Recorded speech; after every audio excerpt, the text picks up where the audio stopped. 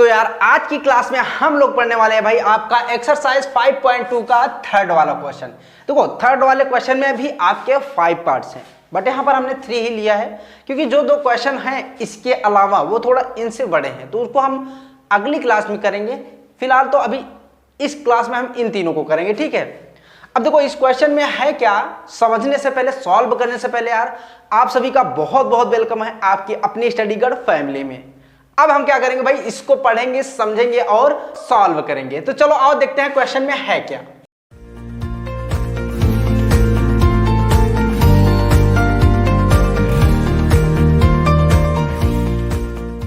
में आपका है कि भाई in the following APs means की अरिथमेटिक प्रोग्रेशन, ठीक है। एपी का मतलब होता है अरिथमेटिक प्रोग्रेशन, ये शॉर्ट फॉर्म में लिखा हुआ है। Find the missing term in the boxes, okay. अब देखो ये जो आपके 3 क्वेश्चन यहाँ हमने लिखा हुआ है, जो बॉक्सेस है ना, ये कह रहा है कि इनमें कौन सा नंबर होगा, ये आपको फाइंड करना है ना। देखो अब ये जो भी आपके तीनों दिए गए हैं या फिर जो 2 बचे हुए हैं अगली क्लास में जो हम करेंगे वो सभी के सभी अरिथमेटिक प्रोग्रेशन हैं। इसमें यहाँ लिखा है साफ साफ in the following arithmetic progression, ठीक है। तो अभी इसको कैसे फाइंड करेंगे, अब इसको समझते हैं। यहाँ पर इसको मैं थोड़ा सा इधर लिखता हूँ, जैसे 2 बॉक्स है भाई, उसके बाद 26 है ना। देखो नॉर्मली अगर जैसे फर्स्ट टर्म की बात की जाए तो उसको कैसे लिखते हैं, ए से डिनोट किया जाता है ना। बाकी अगर हमको इस तरीके से लिखना हो कि सभी को रिप्रेजेंट करना हो एक साथ, तो कैसे रिप्रेजेंट करते हैं, A1 A2 A3 ऐसे ही तो करते हैं, ठीक है। अब इसको मैं क्यों लिख रहा हूं, इसको समझो। अभी तक जो हमने फार्मूला लगाया हुआ था इसके पहले वाले क्लासेस में ना, वही चीज यहां पर भी फार्मूला लगेगा। क्यों लगेगा, इसके पहले हमने बात भी करा हुआ था कि भाई अभी तो हमको an निकालना है, जो क्वेश्चन हमने पढ़ा हुआ था पिछले की, भाई अभी हम an निकाल रहे हैं, हमको आगे चल के कभी d निकालना पड़ेगा, कभी n निकालना पड़ेगा, कभी फर्स्ट टर्म निकालना पड़ेगा, ऐसा मैंने बात करा हुआ था ना। तो वो सारी चीजें अब यहां पर आएंगी। तो देखो फार्मूला वही लगाएंगे हम, क्या लगाएंगे, an इक्वल में क्या हो जाएगा आपका a plus n minus 1 into D, ठीक है। देखो an तो हमको नहीं पता है। अब देखो आपको करना क्या है, यहां पर 26 है और ये A3 है। आपको पता है कि भाई an A1 A2 A3 dash dash dash करके an आता है। यहां पर हमको A3 पता है। अब जो चीजें हमको पता है ना, इसी फार्मूले में हम रख देते हैं। जैसे n की जगह पर अगर हम 3 रख देते हैं तो कोई दिक्कत नहीं है। अब ध्यान रखना कि इस n की जगह पर भी हम वही 3 रखेंगे, ठीक है। तो यहाँ a, अभी a को देखो हम 2 लिख सकते हैं, क्योंकि हमने बताया ना कि अगर फर्स्ट टर्म की बात होती है तो वो a से भी रिप्रेजेंट करा जाता है। तो a की अगर वैल्यू बात करें तो 2 है, ठीक है। तो यहाँ पर 2 हो जाएगा और प्लस का n की जगह पर 3 और माइनस का 1 इंटू का d। देखो d हमको नहीं पता है, d पता होता ना तो हमको ये सब चीज करने की जरूरत ही ना पड़ती यार, ठीक है। अब देखो a3 हमको पता है। अब जो भी चीजें हैं, पहले A3 कितना है आपको देखो, यहां पर 26 लिखा हुआ है, पहले इसको हम लिख देते हैं। 2 3 माइनस 1 कितना हो जाएगा आपका 2 इंटू डी, है ना। अब देखो 26 है, अभी 2 इधर आएगा तो 26 माइनस का 2 हो जाएगा, इक्वल में 2d हो जाएगा। क्लियर, 26 माइनस 2 होगा तो 24 आएगा और यहाँ 2d हो जाएगा। अब ये 2 इधर आएगा, 24 अपॉन का 2 इंटू का d, और d की वैल्यू आपकी यहां पर आएगी 12। अब देखो ये जो d है ना, इसको हम इस तरीके से भी तो लिखते हैं ना, A3 माइनस A2, है ना।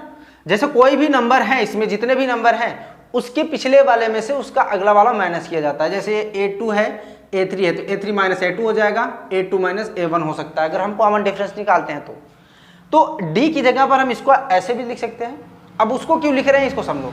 अगर A3 माइनस A2 की जगह पर हम d लिख सकते हैं तो d की जगह पर भी हम 12 लिख सकते हैं, मींस कि इसके इक्वल में 12 हम लिख सकते हैं, ओके। अब A3 आपको पता है कि भाई 26 है।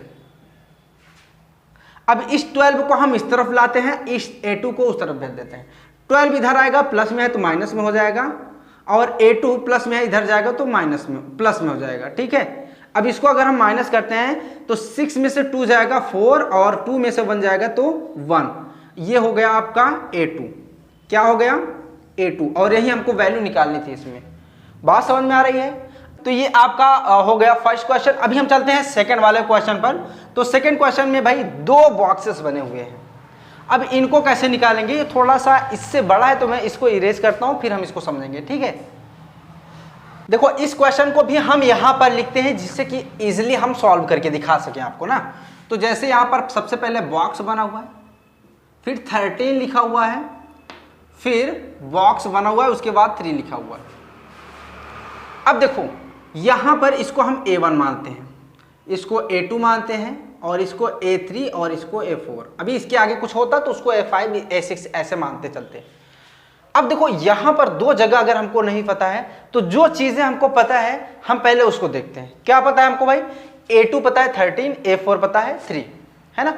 फार्मूला वही लगाना है, कौन सा भाई? आपका a n इक्वल में a plus n-1 into D वाला। an का मतलब है कि a2 हम इसकी जगह पर रख देते हैं।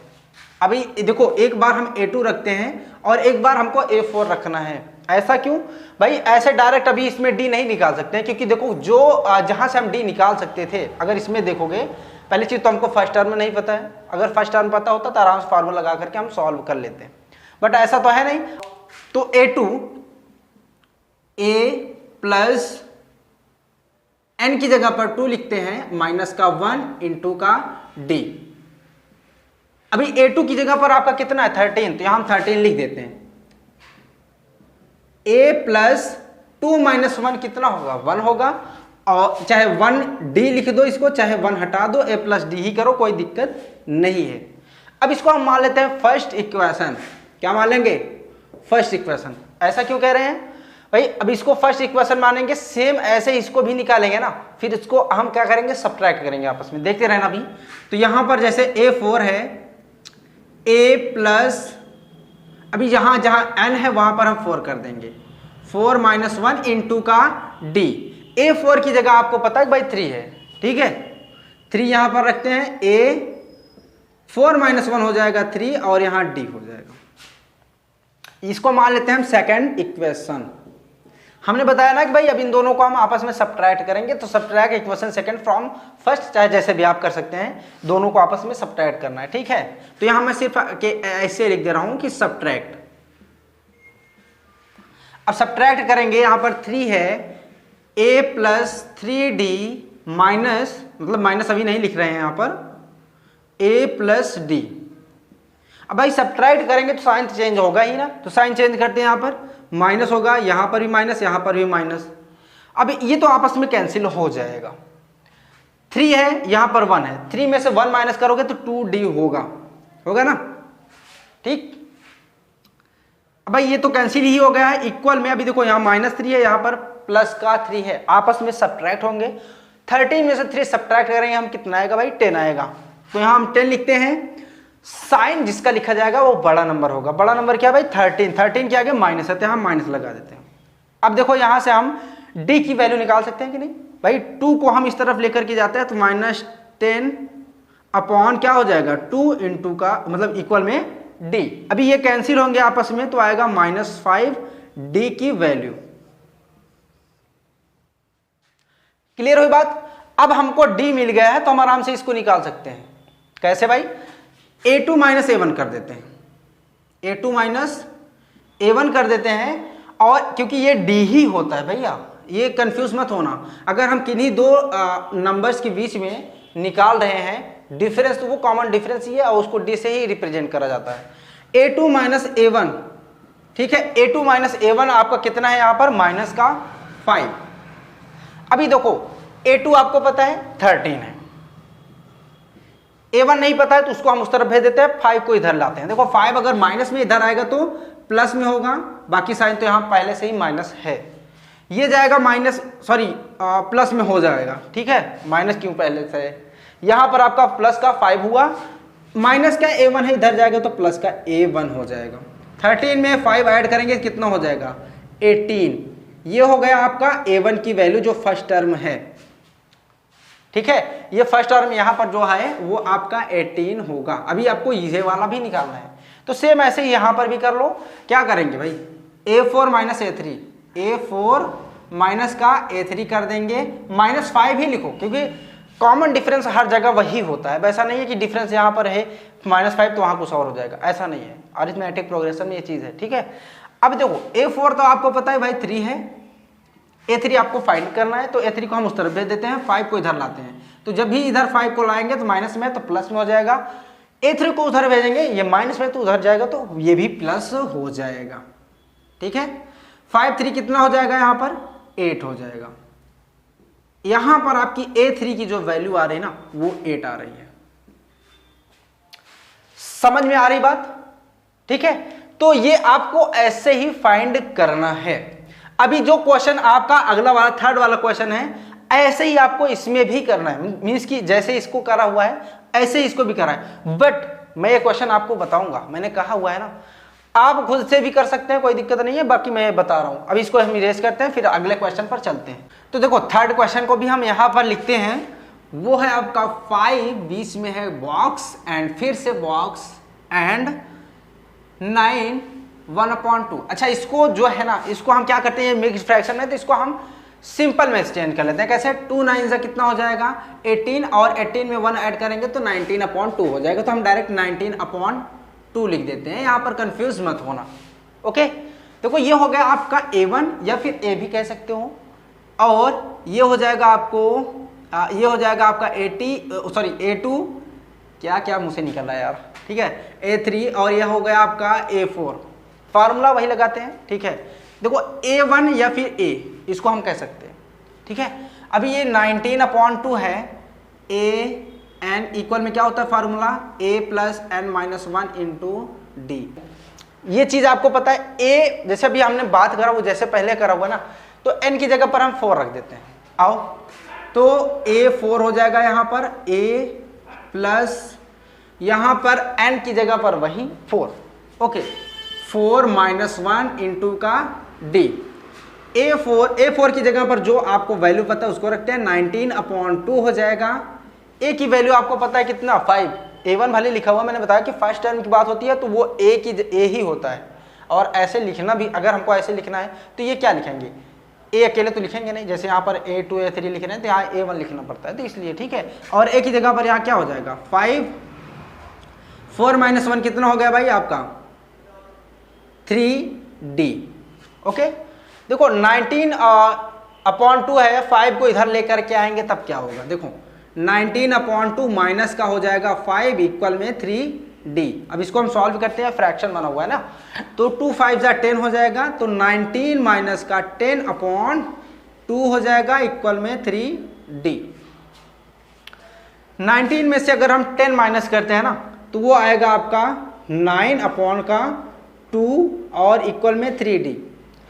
अब देखो ये 3 इधर आएगा तो यही इसके अपॉन में ही आ जाएगा, मीन्स कि थोड़ा सा इधर मैं करता हूँ, 19/2 × का 3 हो जाएगा, क्योंकि इसके डिवीजन में आया लेकिन इसके साथ मल्टीप्लाई हो जाएगा। ये फ्रैक्शन है, इसको थोड़ा सा मैंने बताया भी है पिछले क्वेश्चन में कैसे यहाँ पर ये चीज़ हुई है, ठीक है। मुझे याद नहीं है कौन सा वीडियो है, बट ये चीज़ यहाँ से जैसे 3 आई और इसके साथ ऐसे कैसे हो गया ना, ये चीज़ मैंने डिटेल में वहाँ पर बताया, मुझे याद तो फिलहाल नहीं है, ठीक है, ओके। तो यहाँ पर D इतना हो गया। अब यहाँ देखो 3 से कैंसिल होगा तो 3 3 9 होगा, 3/2 हो जाएगा डिफरेंस, ओके। डिफरेंस आपका हुआ 3/2। A4 - A3 करते हैं, देखो A4 माइनस का A3 इक्वल में क्या हो जाएगा 3/2, क्योंकि भाई दो नंबर्स के बीच में अगर हम डिफरेंस निकाल रहे हैं तो वही कॉमन डिफरेंस होता है, उसको ही D से रिप्रेजेंट करा हुआ जाता है, ठीक है। तो A4 की वैल्यू आपको पता है भाई 19 कितना हुआ 2, इसकी वैल्यू आपको फाइंड करनी है तो इसको हम उस तरफ भेज देते हैं।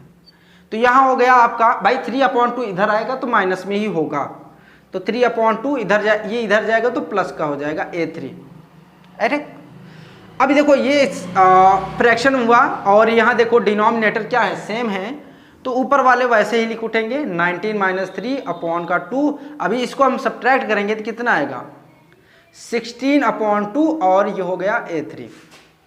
16/2 अगर कैंसिल करेंगे तो आएगा 8 और ये A3 की वैल्यू हो गई। बट अभी A3 की वैल्यू अकेले नहीं निकालनी थी, निकालनी हमको यहाँ पर किसकी वैल्यू है, A2 की भी।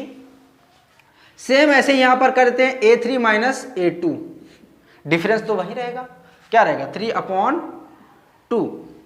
आपको पता है भाई A3, यहां से देखेंगे तो नहीं पता है, यहां से देखेंगे तो आपको पता है कि भाई 8 है। माइनस A2 की वैल्यू आपको फाइंड करनी है, तो हम उसको इस तरफ भेजेंगे, 3/2 को इधर लाएंगे तो माइनस में ही होगा ये, और A2 हो जाएगा।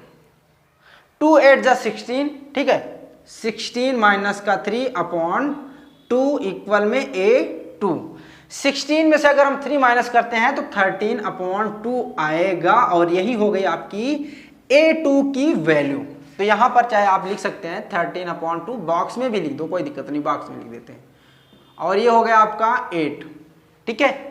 तो आई होप कि इनमें कहीं बार भी आपको कंफ्यूजन नहीं होगा। हाँ, बट कोई भी डाउट होता है, कोई भी क्वेश्चन बनता है तो आप जरूर कमेंट सेक्शन में पूछिएगा यार, ठीक है। ऐसा नहीं है कि मैंने कह दिया तो आपको डाउट होगा ही नहीं, ठीक है। बाकी जो पिछले क्वेश्चंस है, पिछले एक्सरसाइजेस है ना, मैं प्लेलिस्ट का लिंक डिस्क्रिप्शन में दे दूंगा, तो जो भी चीजें आपको नहीं आ रही होंगी तो जाकर के आप लोग देख लीजिएगा, ठीक है। और आज की क्लास को यार यहीं पर हम एंड करेंगे, फिर मिलेंगे नेक्स्ट क्लास में नए क्वेश्चन के साथ। तब तक के लिए bye bye and take care.